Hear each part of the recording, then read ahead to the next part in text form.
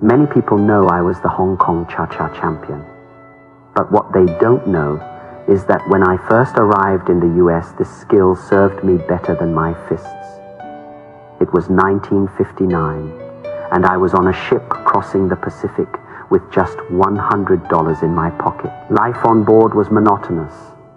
Nothing but endless stretches of ocean, and those second-class American passengers in tailored suits who fancied themselves refined. One night, the ship's cocktail party had a band playing Latin music. I watched those American GS and socialites dance like they were moving bricks, stiff as boards. I couldn't stand it anymore. After all, rhythm and footwork are in my blood, two sides of the same coin. I walked up to the most arrogant-looking lady and bowed. The moment the music started, I was no longer the quiet, poor Chinese student. I became water. From a martial artist's perspective, the essence of Cha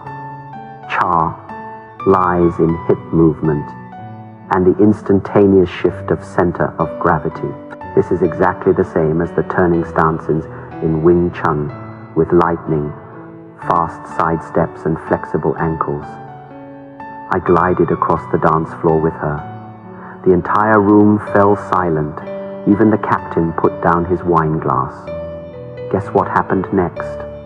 After that night, I became the ship's star. Those wealthy American passengers who had looked down on Asians lined up to treat me to first-class steak, just to learn a few moves. I traded a few cha steps for a belly full of top-tier Western food. I told them, "Gentlemen, dancing is just like fighting. If you tense up your whole body, you're just wrestling with thin air. What you need to do is feel the rebound force from the floor." That was the first lesson I taught Americans. To make your fists fast, you first have to learn to wiggle your hips. When I arrived in Seattle, I worked at Ruby Chow's restaurant. Back then, my name wasn't well known yet, but my carefully styled pompadour was never allowed to get messy. One day, I went to a barber shop in a local neighborhood. The barber was a burly Irishman nicknamed Big Mountain. He waved his razor around while ranting at a boxing match on TV. These Orientals are as small as cats. How could they possibly know real combat? He obviously didn't recognize me. As he tied the barber's cape around me, he deliberately pressed my head down with rough, forceful hands. "Hey kid, I heard your kung fu is just waving your hands at thin air. Could that stop a punch like this?" He waved an arm thicker than my thigh in the mirror. I smiled and said nothing. After he finished cutting my hair, I stood up to pay and pointed at a mousetrap hanging on the wall behind him.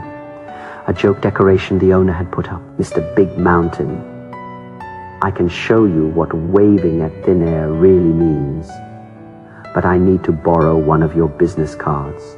He tossed me a thick paper card with a sneer. I placed it on the back of his hand and said, "Keep your eyes on it. If you can catch my hand before I take the card away, I'll pay double for the haircut." He held his breath, tensing up like a bull note. This is a visual trap. Most people think catching something is about speed, but to me, it's about precognition. In a fraction of a second, my fingertips flashed across his hand like lightning. Snap. The card was still trembling on his hand, but I was already standing with my hands back in my pockets. When he clenched his fist tightly, all he caught was air. He stared blankly for 5 seconds, then started checking my sleeves for magnets. I laughed as I pushed the door open and called out, "You cut hair well, but your nervous system is still stuck in last century's Christmas." From that day on, all the barbers and street toughs on that block knew the handsome, movie star-looking Chinese kid was an unprovocable lightning. The funniest story happened while I was filming The Green Hornet. There was a Hollywood stuntman who claimed he'd learned iron shirt kung fu in Chinatown for years. He was round as a giant tumbler, and he told everyone on set he could bounce any punch off his stomach. During a break, he puffed out his stomach and walked up to me, challenging, "Bruce, I know your fists are fast, but my stomach has chi, internal energy. You can punch me. If I take one step back, I lose.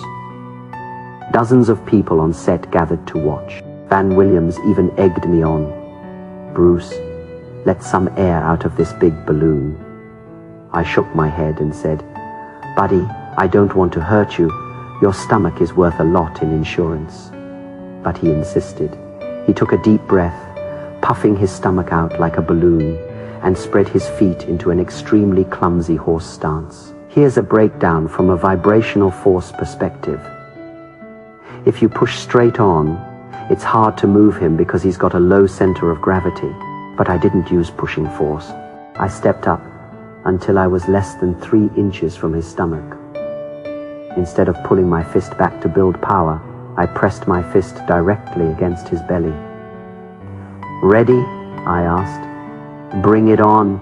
He closed his eyes and tensed every muscle. I timed it with his breath. At the exact critical point when his stomach was just retracting, preparing to expand again, I unleashed my 1-inch punch. The force wasn't forward, it was a downward spiral vibration, PFFT. He didn't fly back like in the movies. Instead, he yelped like he'd been pricked by a needle. Then, because my force penetrated his belly fat and vibrated his diaphragm directly, he couldn't hold back a 3-second, long earth-shaking burp, followed by an even louder fart. The whole set went dead silent, then erupted into the craziest laughter I'd ever heard in my life. The iron shirt expert turned bright red, clutched his stomach, and ran back to the dressing room. I shrugged and said to Van Williams, See, I told you Kung Fu has chi. He just had it coming out the wrong end. The last story is about the most humiliating failure of my life. I was living in Rome for a movie shoot one day. I got lost and wandered into an old alley. That's when I saw an Italian woman using an iron hook to retrieve clothes from a clothesline. The hook had gotten stuck, and the elderly woman was turning red with frustration. I thought to myself, it's time to show my superhero side. I stepped forward, leapt up gracefully, and grabbed the stuck hook with one hand, now 2 stories above the ground. According to my logic, all I needed was a quick twisting motion, and I'd easily free it. But I underestimated how rusted the hook was. The moment I applied force, the hook didn't budge. But my pants, strained by the sudden movement, ripped with a loud rip from the crotch all the way down to my knees. I was wearing tight, fitting, fashionable trousers at the time. The Italian woman stared at me, then at my torn pants.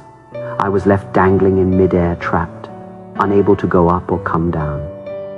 Suddenly, she burst into laughter, pulled me into her house, and insisted on sewing my pants. So there I was, Bruce Lee, the unstoppable martial artist who could kick down Japanese warriors on screen, sitting bare-legged, wrapped in a floral blanket, in a small Italian kitchen that smelled of flour, listening to an old woman who didn't speak English ramble on for 2 full hours. That day, I learned a profound martial arts truth. No matter how fast your Jeet Kune Do is, it can't beat an Italian grandmother's sewing needle. And no matter how solid your stance is, it can't protect you from a poorly made pair of tight pants.